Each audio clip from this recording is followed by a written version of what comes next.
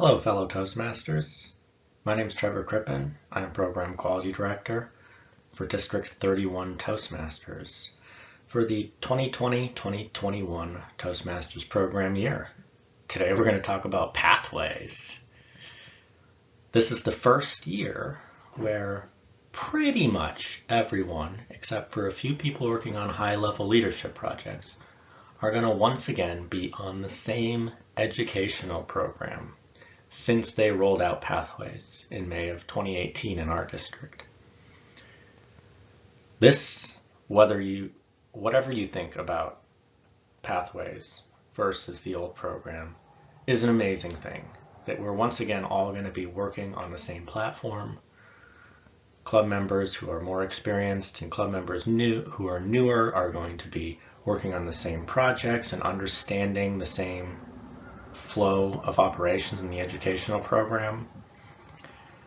And we're going to be able to mentor each other and lead each other through this process so much better now that we're all going to finally be on the same page. So today I want to share a few tips and tricks and general theory about pathways that I have thought of over the past few years, that I have learned in my progress through the Pathways educational program.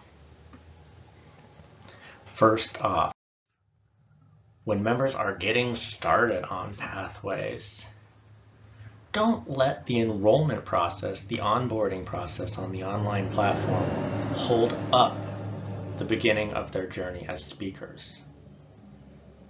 And Toastmasters, first and foremost, is still about empowering people to become better communicators and better leaders. The mission statement for Toastmasters does not include empowering people to figure out Basecamp as the primary mission of the organization.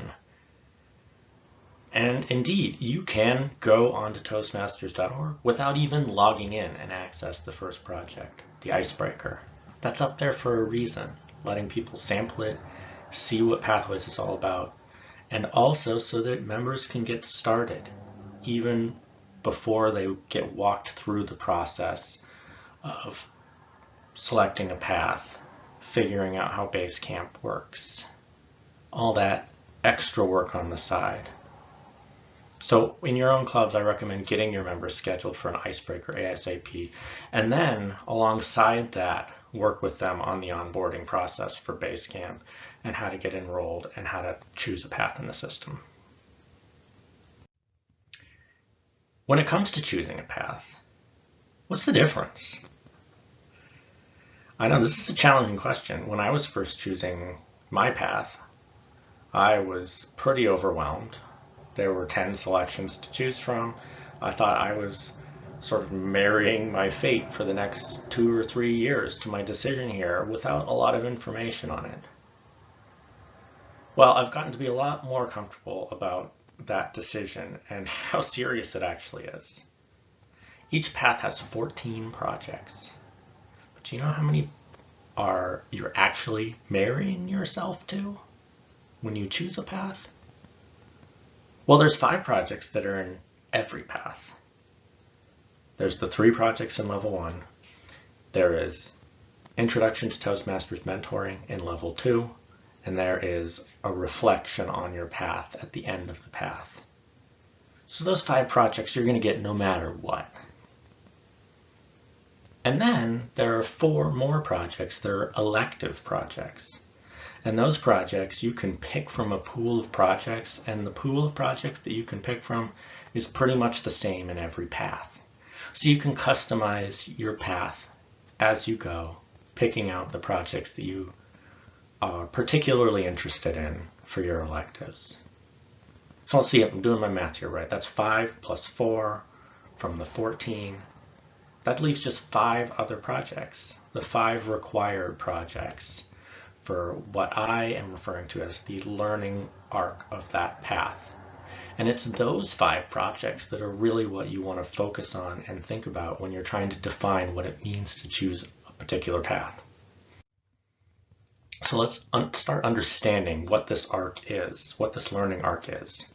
The way it's structured is you have 2 required projects in level 2 where you're learning your style, one project in level 3 where you're increasing knowledge.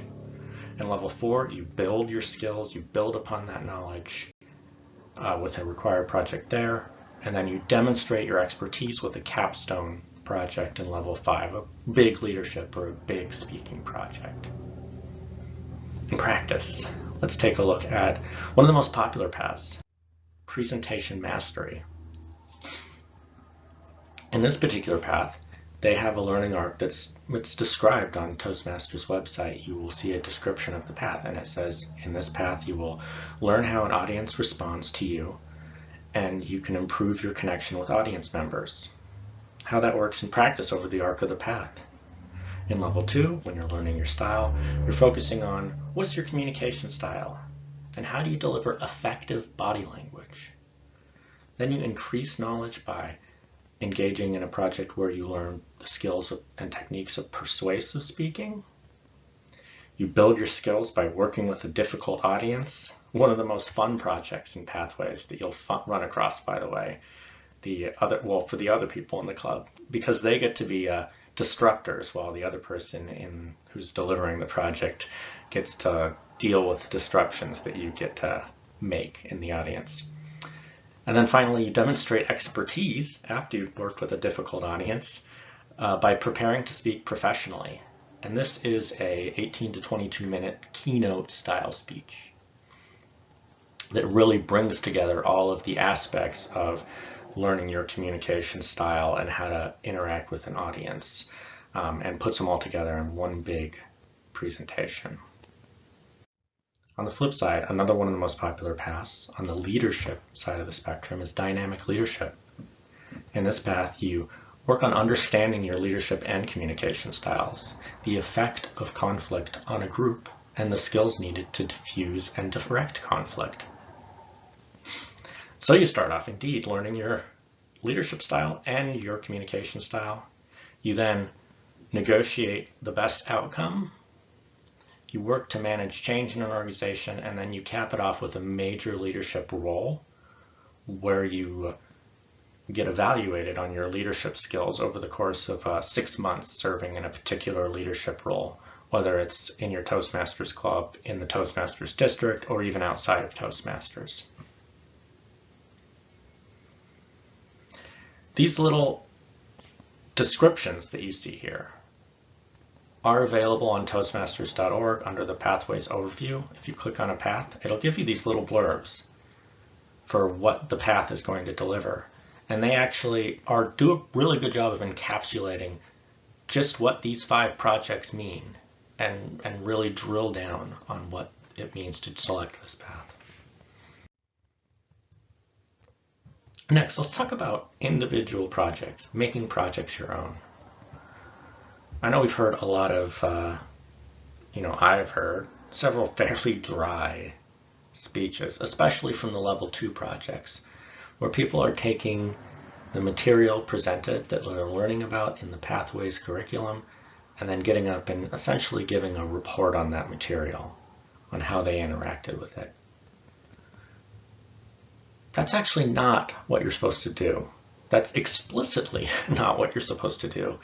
In the purpose statements on the evaluation for the speech, they say that the purpose of the project is not to be a report on the content of, say, understanding your communication style or understanding your leadership style.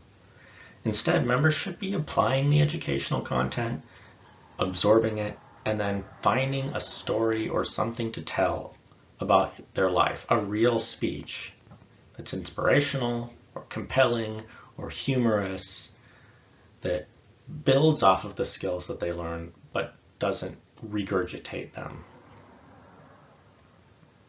So let's take everyone's favorite Pathways project, understanding your leadership style. So in this particular project, a do would be to tell a humorous story about a time when your style of leadership was effective. Or talk about an instance where leadership styles really made an impact in your life, or when you saw someone else serving with a leadership style that really you identified with and really worked for you. What you should not be doing is taking that quiz of leadership skills, for those of you done the project, the one that says, oh, you have 18 points in authoritative and 17 points in democratic and 16 points in pace setting. You should not be getting up there and listing off those scores or ruminating on why I scored a 17 in this leadership style and a 16 in this leadership style, and what does that mean? Because that, A, isn't the intention of the speech project to deliver a speech of that nature, and B, it's pretty dry and leads to dry speeches that people are tune out on, and speeches that you don't want to give yourself. You're not excited to give that speech. It's not a personal, interesting, funny story that's going to connect with people. It feels like something where you're just plowing through the curriculum once again, except in front of a whole bunch of other people. Now let's talk about those electives. Now that we've spent time on required projects, you can really make a path your own, or build a path within a path. You could always just pick whichever projects in those that you feel like doing. It's often what I do. But here's a couple of ideas for how you can really customize a path within a path. For example, you can create your own mini storytelling path by taking a focus on storytelling within any path.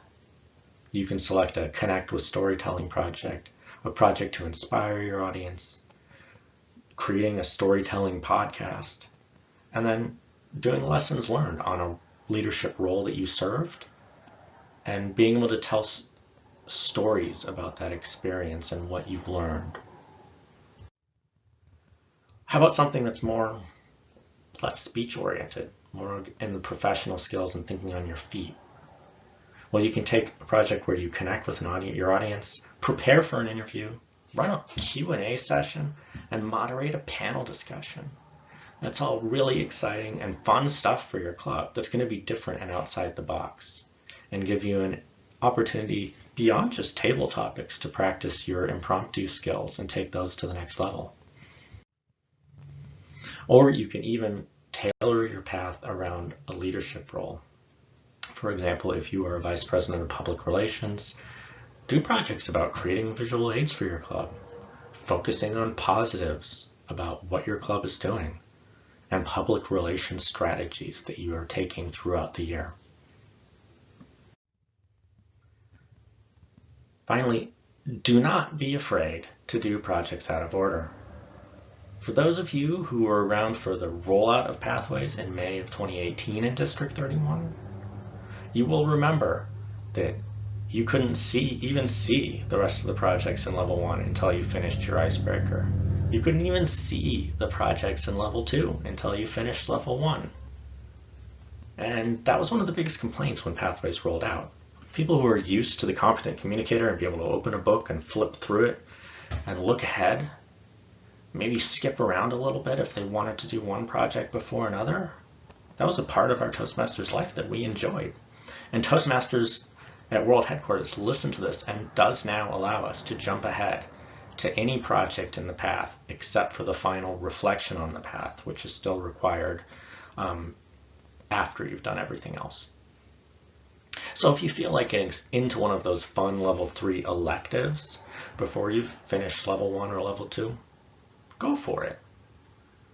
If you want to start on that learning arc I was talking about for your path before you've quite finished everything in Level 1, go for it. Understand your sense of humor and engaging humor before you finish your research and presenting project.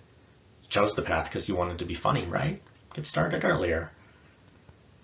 I do still recommend that new members should always still start with the icebreaker, and preferably also do those projects in Level 1 just to get the foundations in place. And I also recommend doing the Level 2 through 5 learning ARC projects, those required projects, in order, because they are designed to build on top of one another. But other than that, play around, jump around in your path, customize it more to where you are at any given moment. The one caveat is that you will have to wait until you complete all projects in all prior levels before you get credit for finishing the level. So while you could jump ahead to level 2 and finish all 3 projects in level 2, you won't be able to earn credit for completing that level until you've also completed level 1. In summary, get members started speaking ASAP, even if it means waiting on path selection. Because the most important part of onboarding and orienting a new member is to give them that first taste of speaking and that first taste of feedback so they really can see and feel how Toastmasters can build them as communicators and build their confidence. Next, as you're giving them that opportunity to speak, connect with them one-on-one. Use mentors, doesn't have to always be the vice president of education, to help them pick a path. And when you are helping them pick their path, or if you're picking your own path, get an understanding of the learning arc of each path so that you can say what it means if someone picks innovative planning, or if someone picks effective coaching or motivational strategies. Once people are in their paths, encourage members to always make projects their own. Don't give reports on the content on Basecamp, but rather focus on giving quality, inspirational, interesting, funny, engaging speeches throughout, telling their own personal stories and giving everything their own personal touch. And encourage people as well to customize electives and the order in which projects are done to make their path work best for them as a learner and for you as a learner. I'm really excited about this year to see what all of our members and all of our clubs can do now that we're all on the same page and we're all working on pathways together. And I hope this helps you do a little bit more to make pathways work for you, your members, and your clubs. Thanks, and have a great rest of your day. District 31 Toastmasters.